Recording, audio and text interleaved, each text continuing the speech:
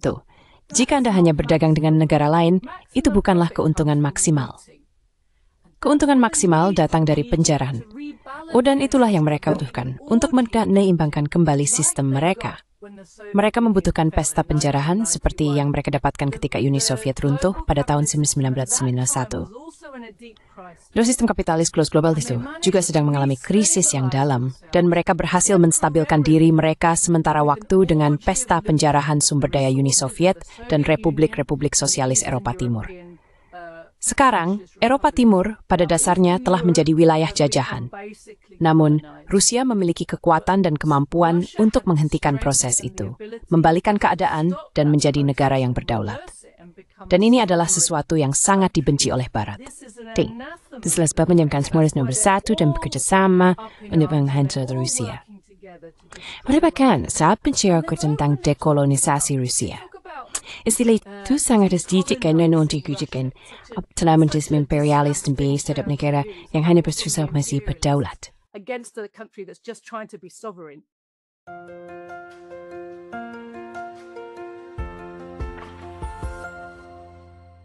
Hello everybody, this is Pascal from Neutrality Studies. Halo semuanya, saya Pascal Lotas dari Neutrality Studies. Hari ini saya berbicara dengan Jyoti Brar, salah satu pemimpin Partai Komunis Britania Raya, editor publikasi partai, dan juru bicara World Anti-Imperialist Platform. Hari ini, kami ingin membahas analisisnya tentang peran yang dimainkan Inggris dalam perang Rusia-Ukraina, genosida di Gaza, dan perang baru yang sedang berkembang dengan Iran. Jyoti, selamat datang. Iran. Jyoti, welcome. Terima kasih Pascal sudah tinggal. No, thank you for agreeing to this. Tidak, terima kasih karena sudah bersedia untuk ini. Saya benar-benar ingin mendengar perspektif komunis Inggris tentang apa yang sebenarnya sedang terjadi. Dan bisakah kita mulai dengan isu terbaru? Narasi mengerikan di Barat saat ini bahwa kita benar-benar membutuhkan perang dengan Iran. Ini dipresentasikan seolah-olah sebagai hal terpenting. Bisakah Anda menanggapi hal itu? Ever. Can you speak to that? Ya, benar sekali. Sungguh mengerikan bagi kita yang memperhatikan kenyataan, bukan narasi, melihat hal ini terjadi lagi dengan cara yang begitu mengerikan dan dengan cara yang melanggar setiap prinsip kemanusiaan, keadilan, dan hukum internasional. Namun pada dasarnya kita sedang menyaksikan semacam tayangan ulang, bukan dari persiapan menuju perang di Irak atau masa-masa awal perang melawan Irak pada tahun 2003. Tentu saja ada beberapa perang melawan Irak, seperti juga ada beberapa perang melawan Iran. Tapi serangan propaganda ini emang dimaksudkan untuk melunakkan masyarakat di sini agar menerima gagasan bahwa sepertinya sani pemberi demokrasi kisah.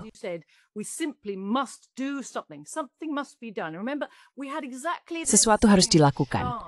Ingat, kita pernah mendengar seruan yang persis sama. Sesuatu harus dilakukan. Dari semua media dan para politisi di seluruh Barat menjelang invasi Irak tahun 2003. Sesuatu harus dilakukan. Ini mendesak, harus sekarang. Karena apa yang mereka katakan kepada kita saat itu? Mereka tinggal beberapa hari lagi, hanya beberapa hari lagi untuk membuat semacam bom kimia yang mengerikan, yang tentu saja jika mereka berhasil membuatnya, mereka akan melaskannya ke penduduk Syarabaj, ke masuk sistem mereka. Mereka tidak ke mereka. Mereka itu sebuah penjahat super ala James Bond yang berencana meledakkan planet ini jika tidak menghentikan mereka.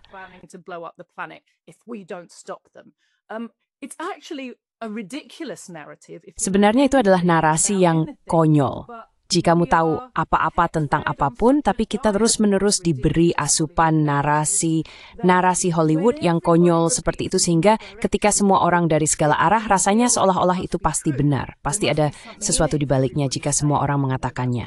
Apa pepatah yang kita punya, tak ada asap tanpa api. Jika semua orang berpikir seperti ini, pasti ada masalah. Toyot menginstruksi politis dan media dan berita-berita tentang militer persenjataan berapa delapan giga senjata terhadap rakyat sendiri aja serangan propaganda.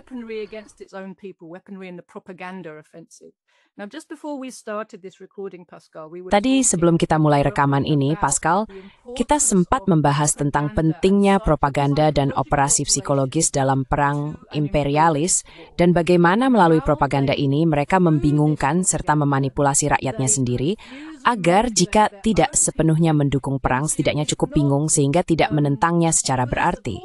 Utamanya agar mereka tetap bingung, diam, dan membiarkan para penguasa melanjutkan agenda mereka, serta menggunakan sumber daya negara dan rakyatnya dengan cara seperti ini. Di sisi lain, operasi psikologis mereka ditujukan untuk membuat populasi yang menjadi target merasa kewalahan dan ketakutan, membuat mereka merasa sudah kalah, bahwa mereka tidak mungkin bisa membela diri, dan bahwa pemerintah mereka sendiri yang berusaha melindungi mereka justru adalah musuh mereka.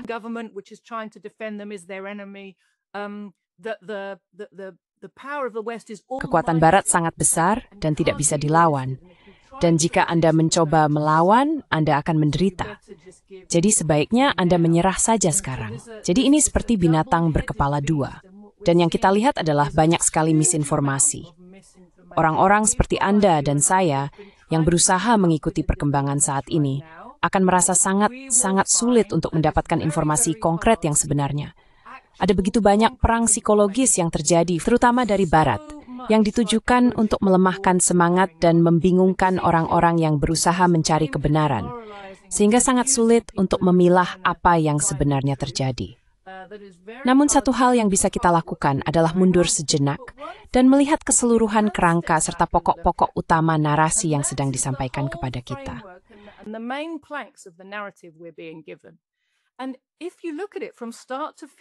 Dan jika Anda melihatnya dari awal hingga akhir, semuanya didasarkan pada kebohongan. Kebohongannya adalah bahwa Iran memiliki senjata nuklir untuk mengancam dunia. Iran tidak memiliki senjata nuklir, dan mereka berulang kali mengatakan tidak menginginkannya, serta selalu ada inspeksi untuk memastikan mereka memang tidak memilikinya. Tapi, mari kita mundur selangkah dari situ. Bagaimana jika mereka memilikinya? Apakah itu ancaman bagi dunia? Siapa yang masih selalu mengancam dunia dengan senjata nuklir? Itu adalah kaum imperialis. Fakta bahwa kaum imperialis memiliki senjata nuklir, pihak negara-negara lain merasa mereka memilikinya itu kurang berat kemampuan Barat menggunakan pemerasan nuklir ini.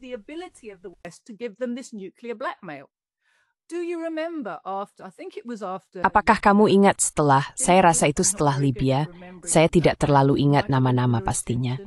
Mungkin Hillary Clinton yang secara terbuka mengakui, kita menyerang Irak karena mereka tidak punya senjata nuklir, kita menyerang Libya karena mereka tidak punya senjata nuklir, dan kita tidak menyerang Korea Utara karena mereka punya. Korea Utara belum pernah meluncurkan serangan nuklir ke dunia. Mereka juga tidak berusaha melakukannya. Korea Utara berusaha memastikan bahwa mereka tidak diserang dengan senjata nuklir. Kita tahu dari semua dokumen yang mereka rilis selama beberapa dekade bahwa ada beberapa momen di mana Amerika Serikat merasa dominasinya dalam senjata nuklir cukup kuat, sehingga mereka bisa mencoba menggunakan senjata nuklir setelah menggunakannya di Jepang.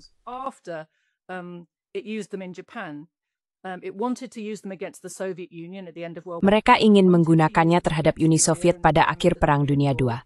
Mereka ingin menggunakannya terhadap Korea selama Perang Korea. Lalu mereka harus mundur dari niat itu, karena massa rakyat di seluruh dunia benar-benar akan memberontak dalam situasi tersebut.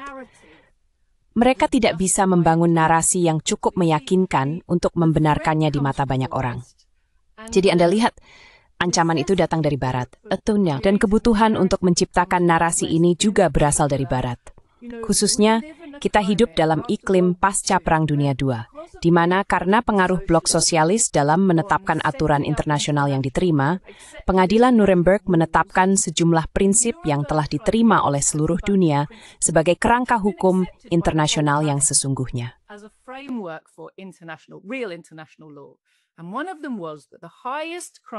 Dan salah satunya adalah bahwa kejahatan terbesar terhadap kemanusiaan adalah melancarkan perang agresi. Agresi yang tidak dibenarkan terhadap negara yang tidak mengancam Anda. Itulah yang baru saja dilakukan Israel. Dan kita harus sangat jelas bahwa Israel tidak melakukan ini sendirian. Israel tidak pernah bertindak sendiri atau untuk dirinya sendiri. Israel adalah alat Barat di Timur Tengah. Jadi sebenarnya AS, Inggris, dan blok imperialislah yang telah melancarkan perang agresif ini. Mereka harus membingkainya sebagai pertahanan untuk mencoba menjualnya kepada masyarakat. Karena semua orang tahu bahwa perang agresi terhadap pihak yang tidak mengancam Anda adalah kejahatan besar. Dan meskipun kita terus-menerus menerima disinformasi, sebenarnya sangat jelas bagi siapapun yang memperhatikan bahwa inilah yang sedang terjadi di sini.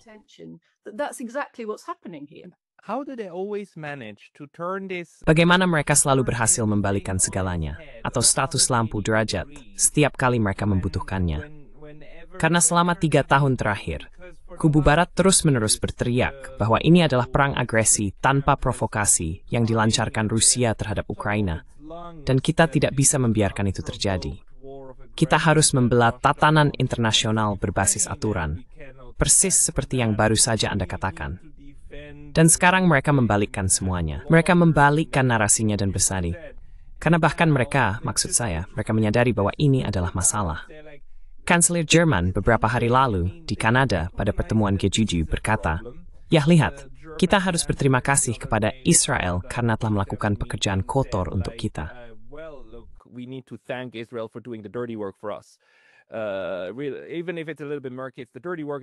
Meskipun agak sedikit samar, ini adalah pekerjaan kotor. Tapi itu perlu. Ini demi kebaikan karena rezim mullah benar-benar jahat. Jadi bagus kalau ada yang berani melakukan ini. Dan mereka melakukannya. Tentu saja, stasiun TV dan sebagainya, mereka adalah corong kekuasaan, bukan? Mereka ikut mendukung itu. Tapi sebenarnya hal ini jadi menular, bukan? Dan sebagian orang ikut-ikutan. Bagaimana Anda menjelaskan kepada diri sendiri bahwa hal ini bisa terjadi di tengah populasi yang terinformasi? Atau populasi yang merasa dirinya terinformasi? A population that believes about it to be informed. Saya rasa Anda tepat sekali, Pascal. Mereka mengira mereka sudah mendapat informasi, padahal sebenarnya mereka sangat-sangat terpapar propaganda. Dan propaganda itu hadir dalam banyak sekali bentuk. Namun perbedaan pendapat yang nyata sebenarnya tidak diperbolehkan di Barat.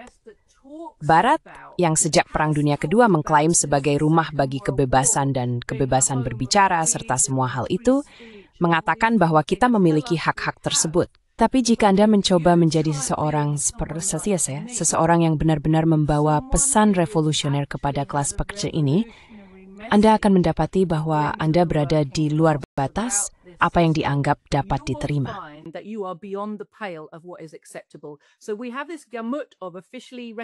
Jadi kita memiliki berbagai pendapat yang diakui secara resmi dan spektrumnya dari kanan ke kiri. Tapi jika Anda perhatikan, itu adalah kanan ke kiri dalam batas imperialisme. Tidak ada yang diizinkan melampaui itu. Pidato dan gagasan anti-imperialis atau sosialis tidak diperbolehkan, memang tidak. Dan itu sebenarnya telah menjadi kebijakan menyeluruh sejak Perang Dunia II. Jadi kita memiliki banyak variasi propaganda pro-imperialis, banyak merek partai politik pro-imperialis. Tapi pada akhirnya, semuanya sama saja. Hanya warnanya yang berbeda, mereknya berbeda, jenis hiasan di luarnya saja yang berbeda. Saya ingat menyadari hal ini dengan sangat jelas pada saat Perang Libya.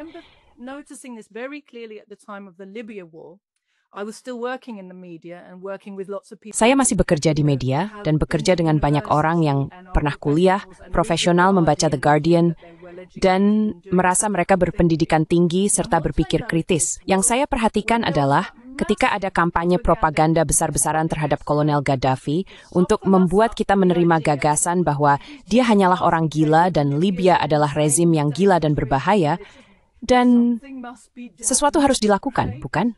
Dan dia membunuh rakyatnya sendiri. Mereka memberitahu kita kebohongan dari segala sisi. Mereka menggambarkan Kolonel Gaddafi seolah-olah dia semacam orang gila, dengan cara yang sangat buruk dan sangat rasis. Yang menarik pada saat itu adalah melihat bagi saya sudah lama tertarik pada Libya dan saya bahkan pernah mengunjungi Libya sekali.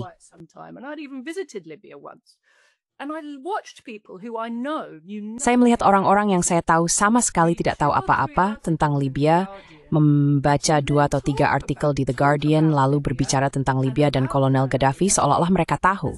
Jadi Anda bisa melihat betapa liciknya sifat mesin propaganda kita. Ada jenis propaganda untuk setiap orang, dan jika Anda membaca jenis propaganda yang terasa cocok dengan gaya hidup Anda merasa bahwa yang Anda lakukan adalah berpikir kritis. Padahal, beberapa orang yang paling terpropaganda dan paling tidak berpikir kritis justru adalah mereka yang telah menghabiskan banyak waktu di dunia akademis Inggris dan bekerja di institusi profesional. Mereka sangat terjebak dalam pola pikir kelompok, sampai-sampai terasa gila. Tapi bagian dari pola pikir kelompok mereka adalah, saya adalah individu yang berpikir kritis.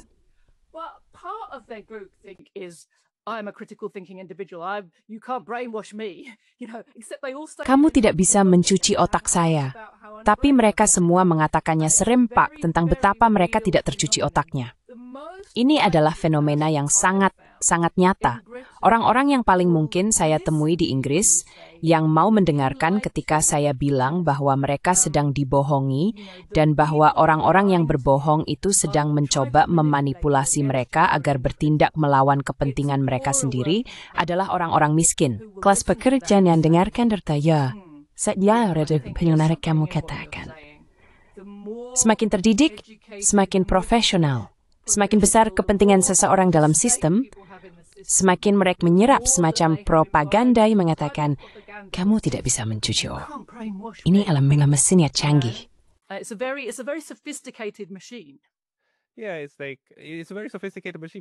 Ya, itu adalah mesin yang sangat canggih. Ini juga berbicara tentang cara kita memaknai apa artinya menjadi orang yang terinformasi. Apa artinya menjadi pemikir yang baik, bukan? Bahwa kamu harus pernah kuliah, kamu harus punya semua gelar ini dan itu, lalu kamu jadi otoritas. Dan begitu kamu jadi otoritas, apapun yang kamu katakan pasti benar. Padahal, beberapa analisis politik yang sangat bagus juga datang dari sopir taksi. Kamu mendapatkannya dari orang-orang yang bekerja, yang mendengarkan berbagai hal, lalu berkata padamu, lihat, ada sesuatu yang tidak masuk akal bagiku. Maksudku, aku tidak pernah diserang oleh Iran. Mereka tidak pernah mengancamku. Tapi tiba-tiba mereka jadi musuhku, kan? Jadi ini adalah kemampuan orang-orang untuk benar-benar merasakan ketika ada sesuatu yang tidak beres. Tapi tolong, jelaskan, kenapa kamu menggunakan imperialisme sebagai kerangka untuk memahami apa yang terjadi dalam hubungan internasional? Karena jika tidak, aku tidak berpikir mematanya. Bisa memulai sekolahnya. Bagaimana Anda menggunakannya? Jadi pada dasarnya saya seorang Marxis.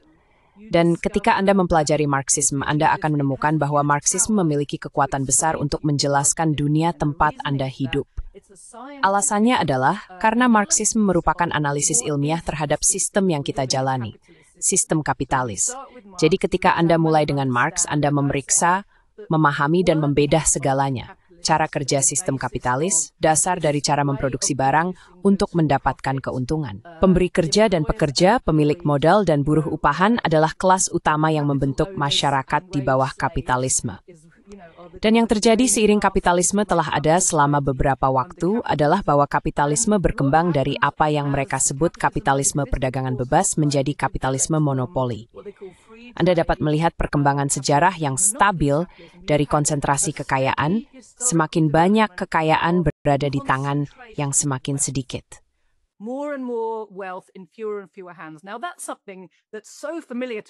Sekarang, itu adalah sesuatu yang sangat akrab bagi kita hari ini.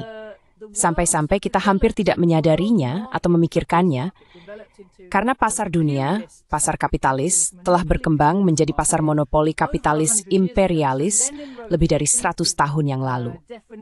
Lenin menulis definisi definitif tentang apa itu imperialisme. Saya tidak akan membahasnya sekarang untuk Anda, tetapi dia menunjukkan bagaimana beberapa negara yang pertama kali menjadi kapitalis telah mengembangkan cadangan modal mereka sedemikian rupa sehingga mereka perlu mengekspor modal untuk menjaga keberlanjutan keuntungan. Mereka mampu melakukan itu ke seluruh dunia karena mereka lebih maju secara ekonomi dan teknologi. Jadi mereka bisa memanfaatkan ketertinggalan relatif. terutama ketertinggalan relatif dalam teknologi, untuk mendominasi negara-negara di seluruh dunia dan mengubahnya menjadi sumber bahan mentah dan sumber pengambilan keuntungan.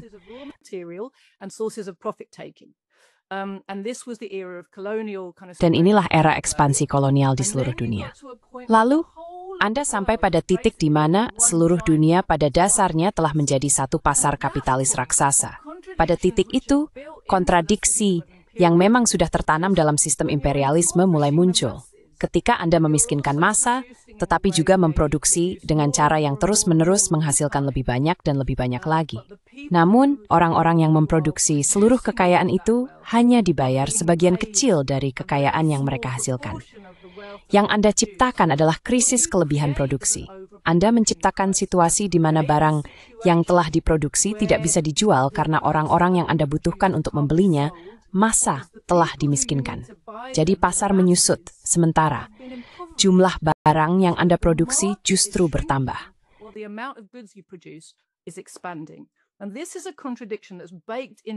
Dan inilah kontradiksi yang melekat dalam kapitalisme. Awalnya, negara-negara kapitalis awal mengatasi krisis ini dengan memperluas wilayah mereka, menaklukkan semakin banyak bagian dunia, dan memperbesar pasar mereka. Namun, setelah seluruh dunia telah dikuasai, muncul masalah. Bagaimana cara keluar dari krisis semacam ini jika tidak ada lagi wilayah untuk diekspansi? Anda harus melakukannya dengan mengorbankan pihak lain. Jadi, Perang Dunia Pertama adalah pertarungan antara kekuatan imperialis tentang siapa yang menguasai bagian-bagian tertentu dari planet ini. Dan setelah itu tentu saja kita memiliki dinamika yang berbeda. Karena ketika imperialisme melemahkan dirinya sendiri, melalui perang-perang besar seperti ini, muncul juga kekuatan sosialis di panggung dunia. Maka berdirilah Uni Soviet.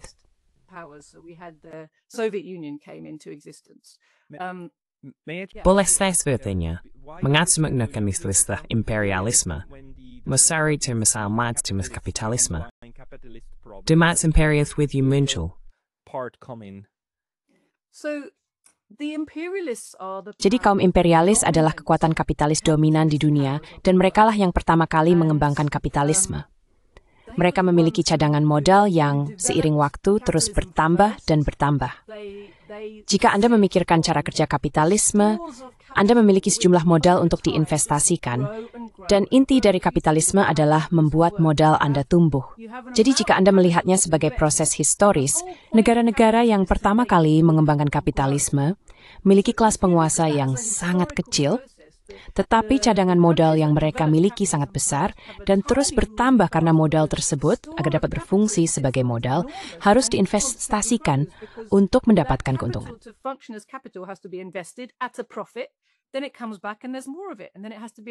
Lalu itu kembali lagi dan jumlahnya lebih banyak, dan kemudian harus diinvestasikan lagi. Tapi sekarang, Anda punya lebih banyak untuk diinvestasikan demi keuntungan, dan itu kembali lagi. Jadi, perjuangan untuk menumbuhkan modal Anda juga berarti bahwa negara-negara yang lebih dulu sampai di sana kini duduk di atas, mereka telah menciptakan mesin untuk menyedot kekayaan dari seluruh dunia. Dan inilah yang harus Anda pahami ketika melihat ke seluruh planet. Vi utvecklar det på klasspengvis, det projektet till karriär, till dess stories, till då läs väl efter kan då över då det.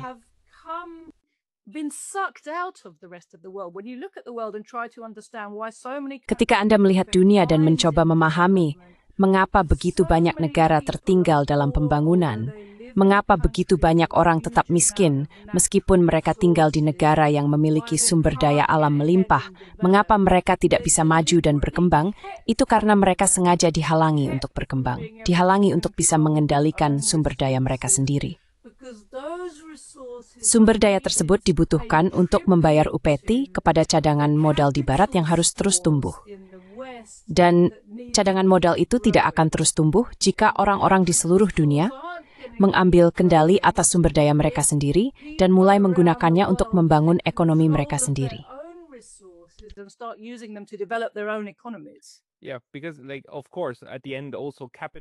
Ya, karena pada akhirnya, modal bukan hanya sekadar barang yang bisa kamu beli.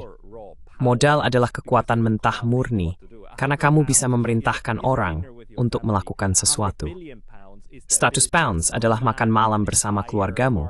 Status miliar adalah kemampuan untuk memerintahkan seluruh pasukan orang untuk memproduksi sesuatu atau pergi berperang. Kamu bisa mengarahkan orang, dan karena menjukoreksikan kekuatan. Sekarang kita melihat hal ini terjadi lagi di depan mata kita. Kita melihat bagaimana Elon Musk berubah dari sekadar orang kaya menjadi sangat berpengaruh. Dan kita juga melihat bagaimana uang membeli kekuatan politik dan sebaliknya.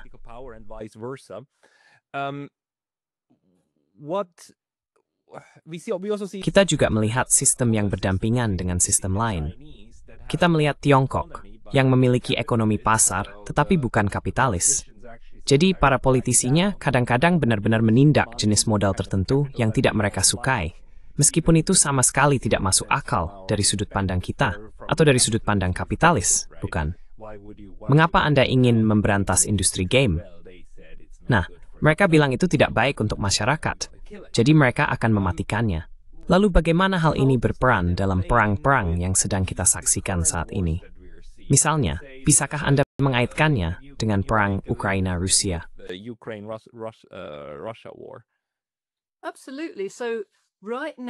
Tepat sekali. Saat ini, sistem kapitalis global sedang mengalami krisis besar akibat kelebihan produksi, dan mereka mati-matian berusaha menyelamatkan diri. Kaum imperialis berusaha menyelamatkan diri, posisi mereka sebagai penindas utama dalam sistem ini. Mereka berusaha menyelamatkan seluruh sistem dari kemarahan massa yang semakin miskin, menganggur, dan tidak mampu menjalani kehidupan yang layak, menderita dalam berbagai cara, baik di dalam negeri maupun di seluruh dunia. Konsensus sosial demokrat pasca perang berupa suap kepada seluruh penduduk itu sudah berakhir dan semuanya sedang ditarik kembali. Massa rakyat di Barat juga dengan sangat cepat menjadi miskin dan sengsara. Jadi inilah situasinya. Dan para kapitalis, seperti yang saya katakan, Para imperialis, bisa tanpa itu, tua matibik permit untuk bertakluka dan menginginkan para pesaing.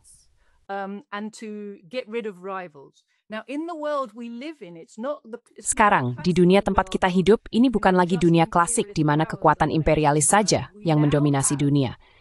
Kita sekarang memiliki, berkat Revolusi Oktober dan segala sesuatu yang terjadi setelahnya, sebuah blok negara sosialis dan anti-imperialis yang berusaha untuk merdeka dan tetap merdeka. Jadi, jika kita melihat dari sudut pandang sejarah yang luas, yang sebenarnya kita saksikan adalah kemunduran imperialisme dan lahirnya sosialisme.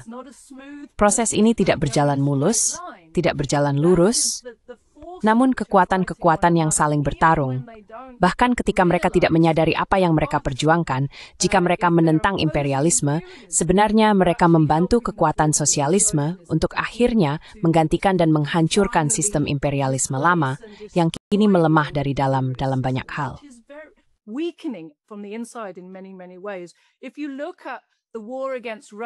Jika Anda melihat perang melawan Rusia, itu adalah perang untuk menguasai sumber daya Rusia dan menyingkirkan pemerintahan di Rusia yang menjaga kedaulatan negara dan bersikap anti-imperialis. Sekarang ini adalah pemerintahan kapitalis. Ini bukan pemerintahan sosialis, ini bukan Uni Soviet. Tapi ini adalah pemerintahan yang muncul setelah masa Boris Yeltsin. Boris Yeltsin bersedia membiarkan Rusia menjadi koloni, hanya menjadi saluran kekayaan bagi Barat. Namun borjuasi nasionalis Rusia berkata, tunggu dulu, kita punya semua ini. Ironisnya, semua hal yang dimiliki borjuasi Rusia yang membuat mereka berpikir mereka seharusnya bisa membelah diri, mereka dapatkan dari sosialisme. Mereka punya industri yang layak.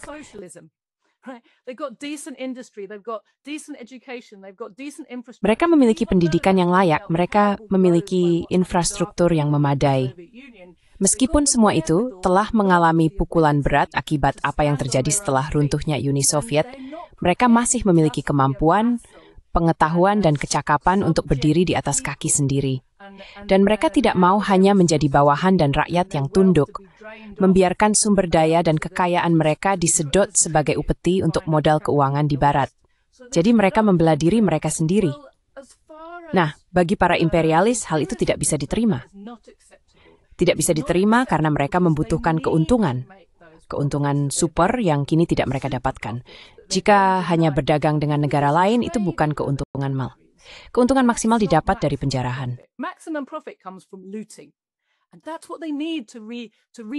Dan itulah yang mereka butuhkan untuk menyeimbangkan kembali sistem mereka. Mereka membutuhkan pesta penjarahan seperti yang terjadi ketika Uni Soviet runtuh pada tahun 1991. Sistem kapitalis global saat itu juga sedang mengalami krisis yang dalam. Dan mereka berhasil menstabilkan diri sementara dengan pesta penjarahan sumber daya Uni Soviet dan Republik-Republik Sosialis Eropa Timur. Sekarang, Eropa Timur pada dasarnya telah menjadi wilayah jajahan. Namun, Rusia memiliki kekuatan dan kemampuan untuk menghentikan proses itu, membalikan keadaan, dan menjadi negara yang berdaulat. Dan ini adalah sesuatu yang sangat ditentang oleh Barat. Itulah sebabnya mereka semua bersatu dan bekerja sama untuk menghancurkan Rusia. Mereka bahkan secara terbuka membicarakan dekolonisasi Rusia.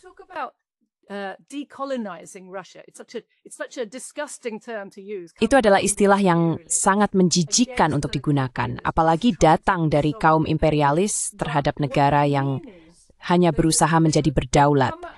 Tapi yang mereka maksud, dan mereka sudah secara terbuka mengatakan, mereka ingin memecah Rusia menjadi bagian-bagian kecil agar lebih mudah dikendalikan.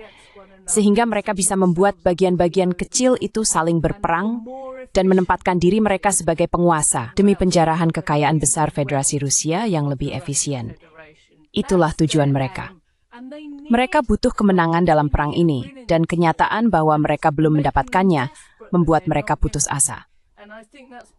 Saya pikir itu juga salah satu alasan mereka memperluas perang ke wilayah lain, karena mereka butuh suntikan semangat untuk menyelamatkan sistem yang sebenarnya sedang berada di ambang kehancuran finansial besar-besaran.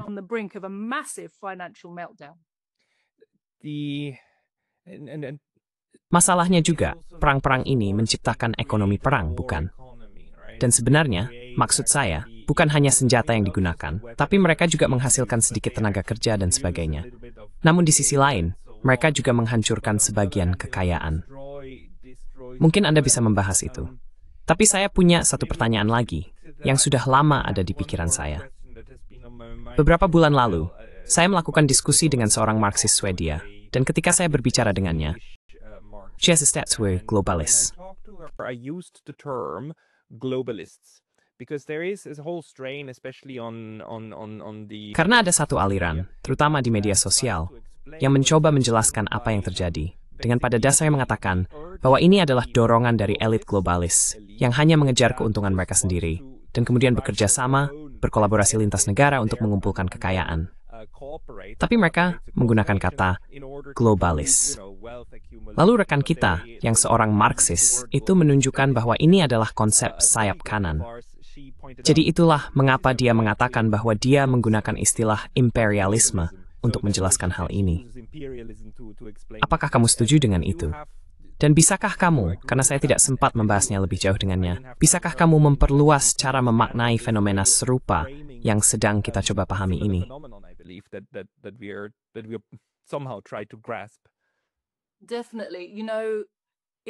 Tentu saja. Anda tahu Marxisme dan teori Marxis yang menjelaskan dunia kepada kita, dan itulah yang membuatnya menjadi alat yang sangat-sangat kuat bagi kelas pekerja untuk dikuasai. Itulah sebabnya kita dibuat merasa enggan menggunakan istilah-istilah Marxis yang sebenarnya sangat ilmiah dan tepat. Istilah-istilah itu memiliki definisi yang benar, dan Anda bisa menjelaskannya, Anda tahu, Anda bisa menggambarkannya dan menunjukkan apa artinya di dunia nyata. Anda bisa menghubungkannya dengan pemahaman yang lebih besar tentang masyarakat kelas dan eksploitasi, serta alat dan pemahaman yang diperlukan agar kelas pekerja dapat membebaskan dirinya sendiri dan menciptakan masyarakat sosialis.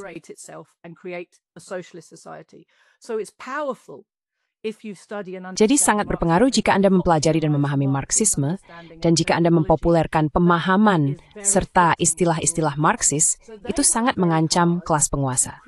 Karena itu, mereka bekerja keras untuk menciptakan frasa-frasa alternatif yang asal-asalan yang seolah-olah memiliki makna yang sama, tapi sebenarnya tidak persis sama. Anda bisa menggunakannya sesuai keinginan Anda, bukan? Jadi globalisme digunakan oleh banyak orang. Dan istilah itu seolah-olah berarti apapun yang mereka inginkan.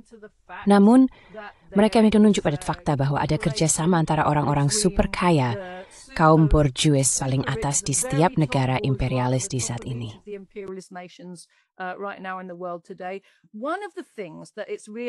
Salah satu hal yang menurut saya sangat mencerminkan hal ini adalah kenyataan bahwa kaum borjuis di setiap negara, termasuk di negara-negara imperialis, memiliki perpecahan di dalamnya. Ketika kita memasuki masa krisis seperti sekarang, ada beberapa bagian dari kelas penguasa yang merasa bahwa dorongan perang ini tidak membantu mereka untuk bertahan hidup. Biasanya, mereka adalah bagian borjuis yang lebih kecil. Mereka mungkin pengusaha besar, tetapi seiring akumulasi modal dan para borjuis puncak menjadi sangat kaya, bahkan seseorang yang hanya miliarder tingkat rendah bisa dianggap borjuis kecil dibandingkan dengan perusahaan bernilai multitriliun dolar di puncak tertinggi.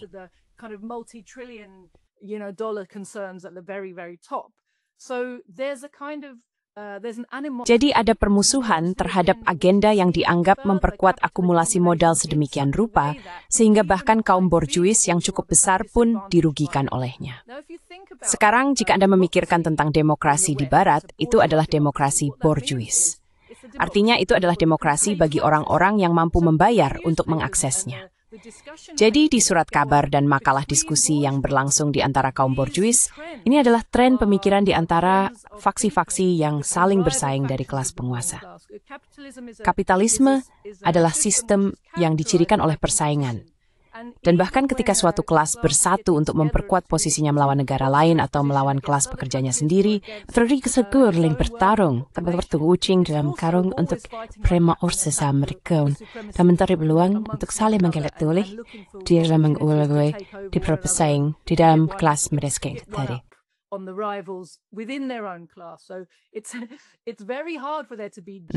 Jadi sangat sulit untuk ada persatuan yang sejati antara kaum kapitalis dan imperialis, seberapapun sering mereka membuat kesepakatan sementara.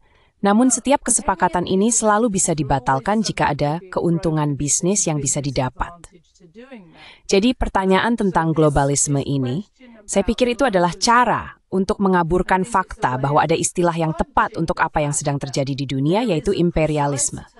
Namun, semua konotasi yang muncul dari pemahaman itu berkaitan dengan pengakuan perjuangan kelas, pengakuan bahwa kapitalisme bukan dari sejarah, melainkan hanya sebuah fase dalam perkembangan manusia yang kemudian akan digantikan oleh sosialisme. Jika Anda membiarkan orang mulai mengakses pemahaman itu sangat berbahaya. If you allow people to start accessing that, it's very dangerous. Whereas what really happens with the ruling class. Sementara yang sebenarnya terjadi di kelas penguasa ketika mereka saling bertikai adalah mereka ingin mendapat dukungan sebagai kelas pekerja. Jadi mereka coba membungkus pesan mereka sedemikian rupa agar seperti masih di pihak kalian. Seringkali Anda akan menemukan kekuatan borjuis kecil di suatu negara membungkus pesan mereka dengan cara yang berusaha menarik simpati sebagian kelas pekerja dan borjuis kecil sebagai sesuatu yang masuk akal. Kami juga tidak suka para kapitalis besar itu sama seperti kalian. Namun yang sebenarnya mereka maksud adalah mereka ingin menjadi kapitalis besar itu sendiri. Tapi yang selalu penting bagi kelas penguasa adalah mampu memanfaatkan dukungan dari sebagian kelas pekerja. Berarti we like vertically this too. Ya, karena pada akhirnya kamu membutuhkan orang-orang untuk melakukan sesuatu. Karena sekali lagi, ini tentang siapa yang melakukan apa dan siapa yang rela memiliki sedikit. Dan agar segelintir orang bisa memiliki banyak, kamu membutuhkan banyak orang yang memiliki sedikit. Tapi kemudian yang kita lihat, bagaimana dunia internasional bekerja, dan bagaimana serangan militer yang terus-menerus, serta kekerasan massal yang sangat saya khawatirkan. Bagaimana bisa kita tidak bisa keluar? Kita tidak bisa lepas dari kekerasan massal, meskipun sudah ada upaya untuk melakukannya. Perserikatan bangsa-bangsa adalah salah satu upaya untuk itu. Gagasan tentang hak asasi manusia juga merupakan upaya untuk itu.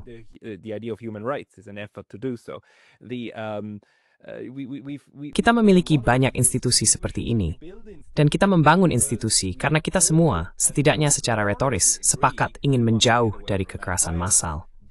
Namun pada kenyataannya, kita tidak benar-benar melakukannya. Kekerasan itu terus berubah bentuk dan namanya, dan kita mengganti nama hukum perang menjadi hukum humaniter internasional karena terdengar sedikit lebih baik, tetapi konsep dasarnya tetap sama. Sebenarnya, institusi-institusi ini memang punya tujuan. Tujuannya untuk mengurangi kekerasan, bahkan ketika kekerasan massal terjadi. Apakah Anda punya cara lain untuk memahami hal ini, selain dari anggapan bahwa para imperialis hanya terus-menerus berbohong?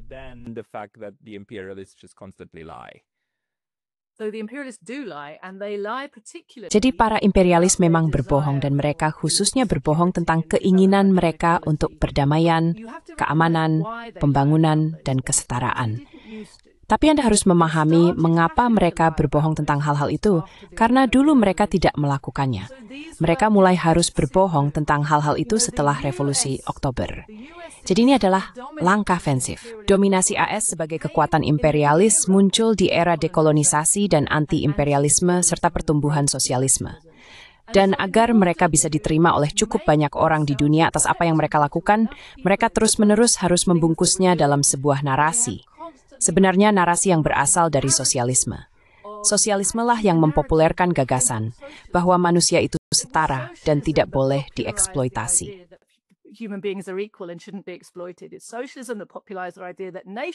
Sosialisme lah yang mempopulerkan gagasan bahwa bangsa-bangsa itu setara dan seharusnya tidak memiliki hubungan yang timpang.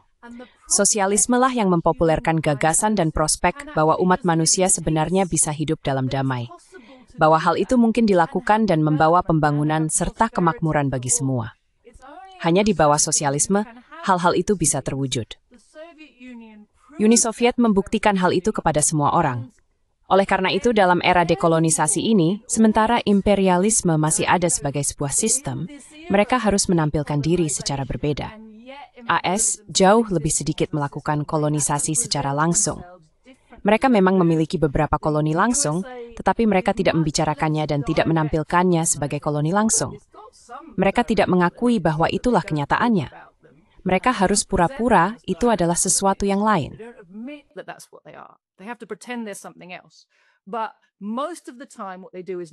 Namun, sebagian besar waktu yang mereka lakukan adalah dominasi neokolonial, mengendalikan melalui cara-cara finansial, dengan paksaan militer yang selalu ada, tetapi seperti tangan di belakang punggung. Mereka berusaha hanya menggunakan uang mereka untuk menyuap cukup banyak pemimpin agar tetap berpihak pada mereka, dan menciptakan situasi yang membuat negara-negara tetap terjajah, terlilit utang, dan tidak mampu membela diri, melindungi rakyatnya, serta mempertahankannya. Jadi Anda harus melihat lembaga-lembaga ini dan penerimaan terhadap ide-ide tertentu sebagai sikap defensif. Dan dalam banyak hal, ini menunjukkan bahwa imperialisme berada dalam posisi yang lebih lemah dibandingkan sebelum Perang Dunia Emas. Karena para imperialis dulu secara terbuka membanggakan diri bahwa mereka lebih unggul. Mereka dulu secara terang-terangan mengatakan hal-hal seperti misalnya,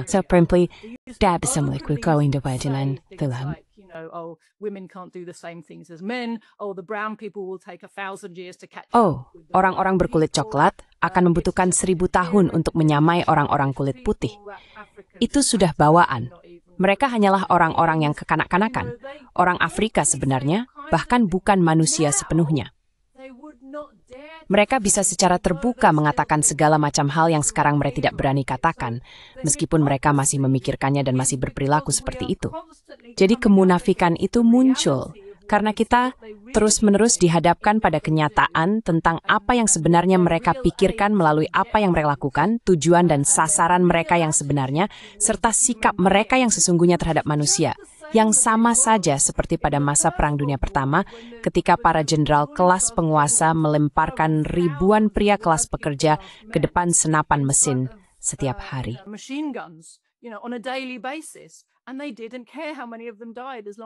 Dan mereka tidak peduli berapa banyak dari mereka yang mati selama pihak mereka pada akhirnya akan keluar sebagai penang. Umpan meriam, itulah asal mula ungkapan itu.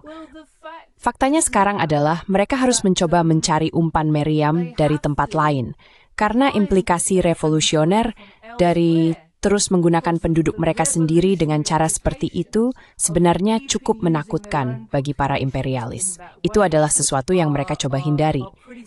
Jadi ya, saya pikir Anda harus melihat PBB seluruh pembicaraan tentang hak asasi manusia ini sebagai manuver defensif untuk mencoba mendandani sistem seolah-olah itu sesuatu yang bukan. Dan kenyataan bahwa kita terus-menerus dihadapkan pada kemunafikan mereka menunjukkan kelemahan di inti sistem itu tidak bisa berkata jujur tentang dirinya sendiri.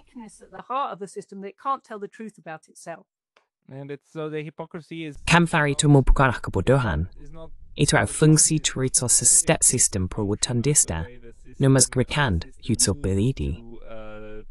Wisfa, dari dakan wasikum seperti yang ismiklik caimskan. Dan di firman Nietzsche, wissuekan dekeri seksual mangin sosialisme. I'll keep that one very close to my heart. Saya akan menyimpan itu baik-baik dalam hati mulai sekarang. Tapi mungkin satu hal lagi. Apa tadi satu hal lagi yang baru saja terlintas di pikiran saya? Maaf, saya baru saja kehilangan alur pikiran. Kebutuhan dan dorongan terus-menerus untuk memproduksi kekerasan sebagai alat, juga demi kapasitas produksi. Maksud saya, di beberapa kalangan, saya sering berbicara dengan orang-orang yang mencoba memahami apa yang disebut kompleks militer industri. Atau, Anda bisa menambahkan beberapa kata lagi, seperti kompleks militer industri think tank academic media. Maksud saya, bisa dibuat lebih panjang, tapi idenya sama. Anda punya seluruh industri, di mana roda-roda saling terhubung. Di satu sisi, mereka menghasilkan keuntungan besar. Di sisi lain, mereka menghasilkan kematian massal. Dan itulah yang juga mengatur sistem ini. Apakah menambah tujuan Anda baik terpisah dari sistem imperialis ini? Atau analisis seperti ini terlalu sempit untuk masalahnya?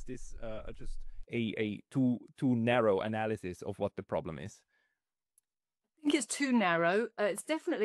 Saya rasa itu terlalu sempit. Tentu saja, itu adalah faktor yang signifikan, industri senjata dan seluruh mesin perang.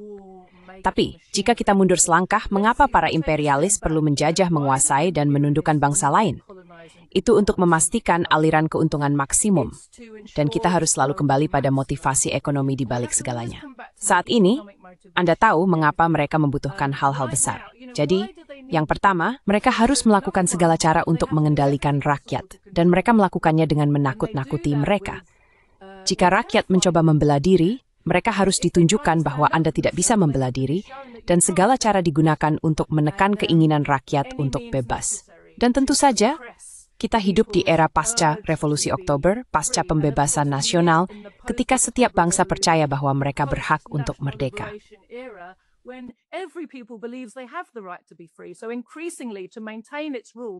Jadi, semakin lama untuk mempertahankan kekuasaannya, para imperialis harus menjadi semakin kejam. Tidak ada lagi yang merasa bahwa penjajahan dan penjarahan itu bisa dibenarkan. Mereka tidak akan diam saja menerimanya. Jadi tidak ada jalan lain. Jika kamu ingin pengambilan keuntunganmu terus berlanjut, kamu harus sangat represif di seluruh dunia. Itu yang kedua. Mereka mati-matian mencoba menciptakan permintaan dalam sistem di mana terjadi kelebihan produksi. Terlalu banyak barang dan tidak cukup pembeli. Jadi untuk menciptakan permintaan, salah satu hal yang dilakukan adalah pesta penghancuran. Penghancuran sebenarnya sangat penting. Lihat saja akhir Perang Dunia II. Beberapa pengeboman yang terjadi menjelang akhir perang sama sekali tidak ada hubungannya dengan mengalahkan musuh, melainkan sepenuhnya berkaitan dengan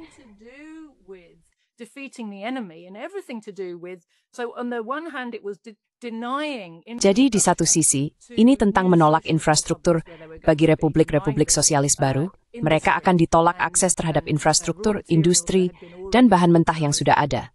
Di pihak Jerman Barat, ini lebih tentang menciptakan situasi di mana semuanya harus dibangun kembali, lalu para kontraktor akan masuk. Lihat betapa pentingnya hal ini bagi para imperialis.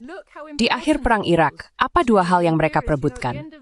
Pertama, siapa yang akan mengembangkan kekayaan minyak Irak? Dan kedua, siapa yang akan mendapatkan kontrak rekonstruksi?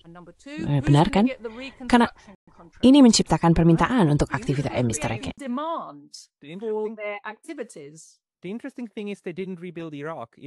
Hal yang menarik adalah mereka tidak membangun kembali Irak. Irak masih memiliki sistem listrik yang pada dasarnya tidak berfungsi. Irak masih berada di bawah, secara tidak langsung, kendali langsung AS.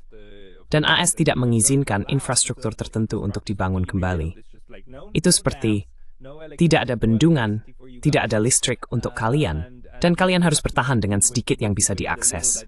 Kalau tidak, akan ada lebih banyak sanksi dan semacamnya. Kenapa begitu? Kenapa negara-negara tertentu seperti Jerman dan Jepang dibangun kembali? Dan kenapa Trump melontarkan ide Riviera di Timur Tengah? Apa tadi, Riviera? Maksud saya Gaza, membangun kembali Gaza, kan? Itu adalah peluang kontrak besar, persis seperti yang kamu katakan. Tapi kemudian ada beberapa tempat yang sama sekali tidak mendapatkan rekonstruksi dan dibiarkan tertekan selama puluhan bahkan ratusan tahun.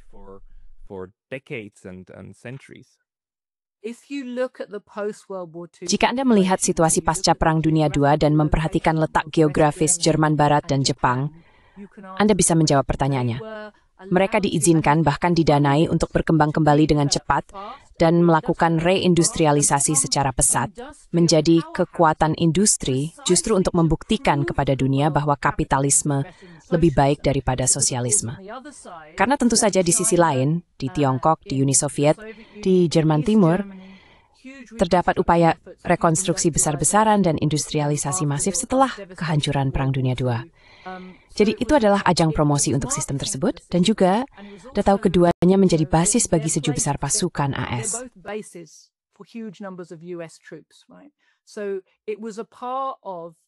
Jadi itu adalah bagian dari upaya untuk membendung sosialisme dan mencoba membuktikan kepada para pekerja di negara-negara non-sosialis bahwa segala sesuatu yang mereka pikir hanya bisa diberikan oleh sosialisme, kapitalisme juga bisa memberikannya. Itu semacam kampanye pemasaran untuk mempercantik citra, jika Anda mau. Namun jika Anda melihat cara mereka dikembangkan kembali, mereka dikembangkan dengan cara sedemikian rupa sehingga meskipun mereka tetap menjadi kekuatan imperialis, dengan kelas penguasa imperialis yang menguasai banyak modal keuangan, mereka diizinkan untuk berkembang kembali dengan cara yang sangat tunduk pada kepentingan imperialisme AS.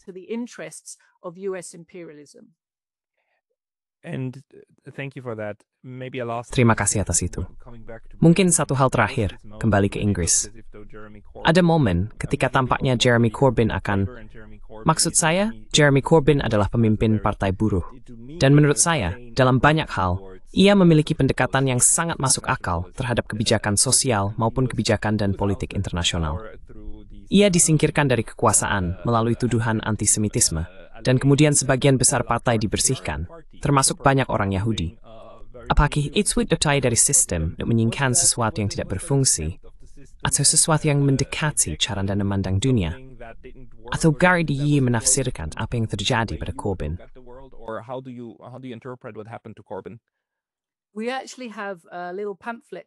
Kami sebenarnya memiliki sebuah pamflet kecil berjudul Kebangkitan dan Kejatuhan Proyek Corbyn, karena ini adalah hal penting yang harus dipahami oleh para pekerja Inggris.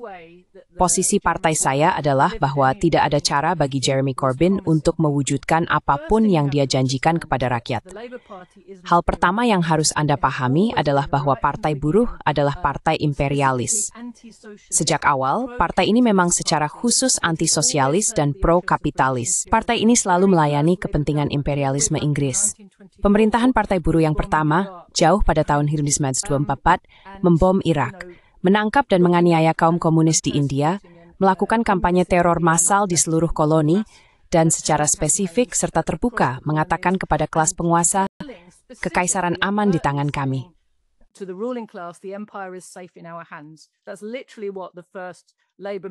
Itu persis seperti yang dikatakan para menteri pertama dari Partai Buruh kepada kelas penguasa selama 8 bulan singkat mereka sebagai pemerintah. Ketika mereka pertama kali diuji coba sebagai cara untuk meredakan kemarahan para pekerja yang marah terhadap sistem dan semua kejahatannya dalam situasi yang cukup revolusioner pasca Perang Dunia II, bukan? Jadi, Partai Buruh adalah partai imperialis. Ia memiliki sejarah yang sepenuhnya pro-imperialis. Partai ini telah menjadi bagian dari mesin negara, sangat terkooptasi ke dalam seluruh mesin tersebut. Kita memiliki, seperti di tempat lain, semacam duopoli antara partai utama penguasa dan partai sekunder penguasa, dan Partai Buruh mengambil alih dari Partai Liberal pada saat kemarahan kelas pekerja membutuhkan semacam pelampiasan.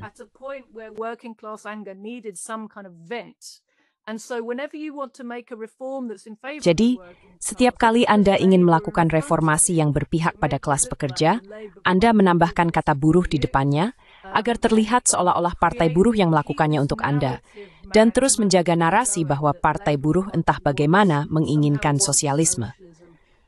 Orang-orang seperti Jeremy Corbyn, selalu ada beberapa orang di partai buruh, anggota parlemen, yang digambarkan sebagai sosialis. Mereka bukan sosialis. Mereka bukan revolusioner, mereka tidak berusaha menyingkirkan kapitalisme. Yang mereka inginkan adalah kapitalisme dengan karakteristik yang lebih ramah. Yang mereka inginkan adalah suap yang lebih besar untuk para pekerja, agar menutup mata sementara para penguasa kita menjarah, mengeksploitasi, dan melakukan pembantaian di seluruh dunia.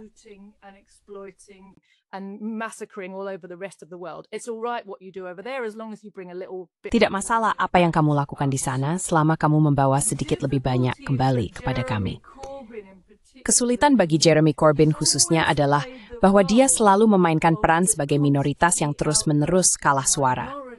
Dan tugasnya adalah menjadi semacam daun ara di partai, sehingga propaganda bisa mengatakan kepada para pekerja, oh, partai buruh adalah partai kelas pekerja.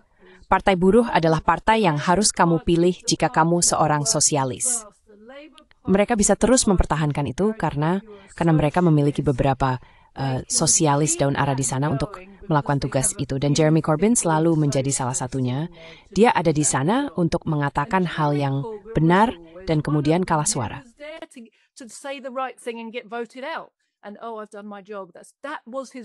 Dan, saya sudah melakukan pekerjaan saya. Itu adalah karier profesionalnya. Dia dibayar untuk melakukan pekerjaan itu. Itu adalah peran yang cukup licik karena Anda berpura-pura menjadi sesuatu yang sebenarnya bukan diri Anda. Jadi, Jeremy Corbyn sebenarnya tidak pernah menjadi teman para pekerja seperti yang dipresentasikan. Yang menarik untuk dilihat dari kampanye melawannya adalah bagaimana karena dia mengajukan serangkaian tuntutan yang cukup populer, yang sebenarnya sangat ringan, tuntutan sosial demokrat yang ringan, tetapi itu terjadi di masa krisis ekonomi yang semakin dalam. Kelas penguasa tidak bisa membayar tuntutan-tuntutan itu meskipun tuntutan tersebut cukup ringan. Sebenarnya tuntutan itu tidak besar.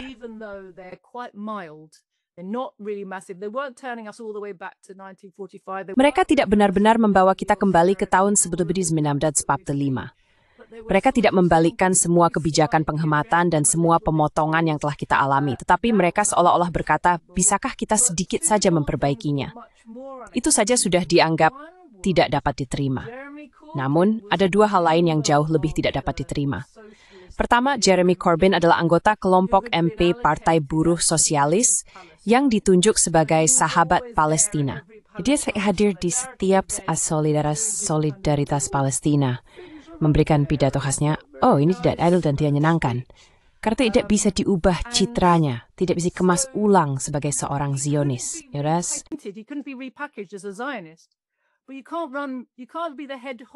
Tapi Anda tidak bisa menjadi bos besar, CEO yang mengarahkan atau tampak mengarahkan imperialisme Inggris atau kepentingan pemerintah Inggris tanpa menjadi seorang Zionis. Zionisme bukanlah pilihan bagi politisi karier Inggris di tingkat tinggi. Itu wajib. Yang menarik adalah melihat bagaimana Jeremy Corbyn tidak berani mengambil sikap. Semua prinsip yang katanya dia pegang saat menjadi pemimpin partai buruh, dia tidak membela satupun. Mereka akan compared to sore menit. Guy dat menewa perang Surya Purias, Claudia mundur, en men bread into glitsam en drek, like men geride soal Brexit, there's Brexit.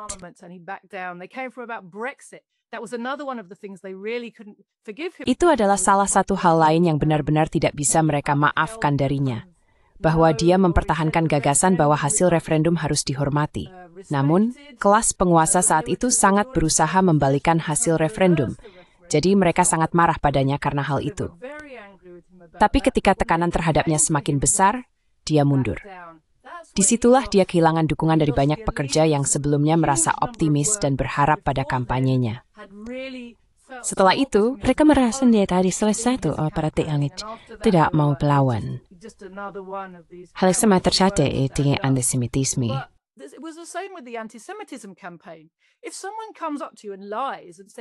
Jika seseorang mendatangi Anda dan berbohong dengan mengatakan Anda rasis, Anda antisemit, Ada satu hal yang tidak bisa Anda tuduhkan kepada Jeremy Corbyn, rasisme atau antisemitisme, bukan.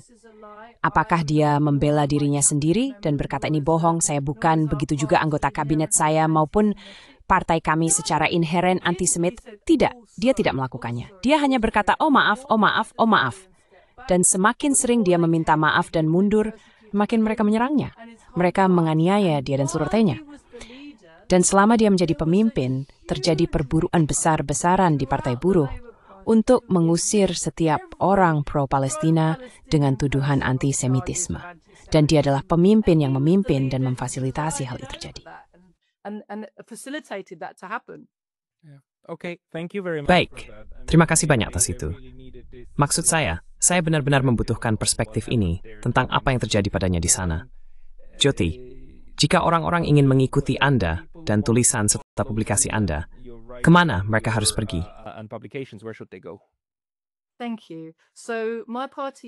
Terima kasih.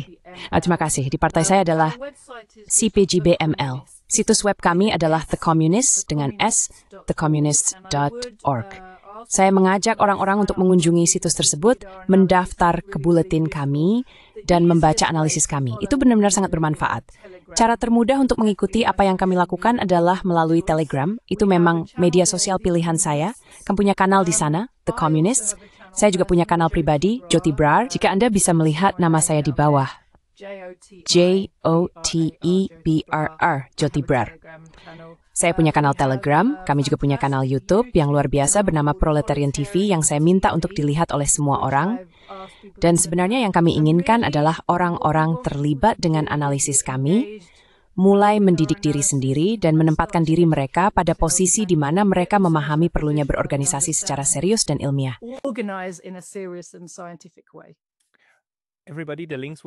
Semua, tautannya akan ada di deskripsi di bawah, dan kita akan bicara lagi. Saya benar-benar percaya bahwa analisis ini penting dan menambah cara kita bisa dan seharusnya memahami apa yang terjadi di sekitar kita. Jyoti Brar, terima kasih banyak atas waktunya hari ini. Thank you very much for your time today. Terima kasih banyak.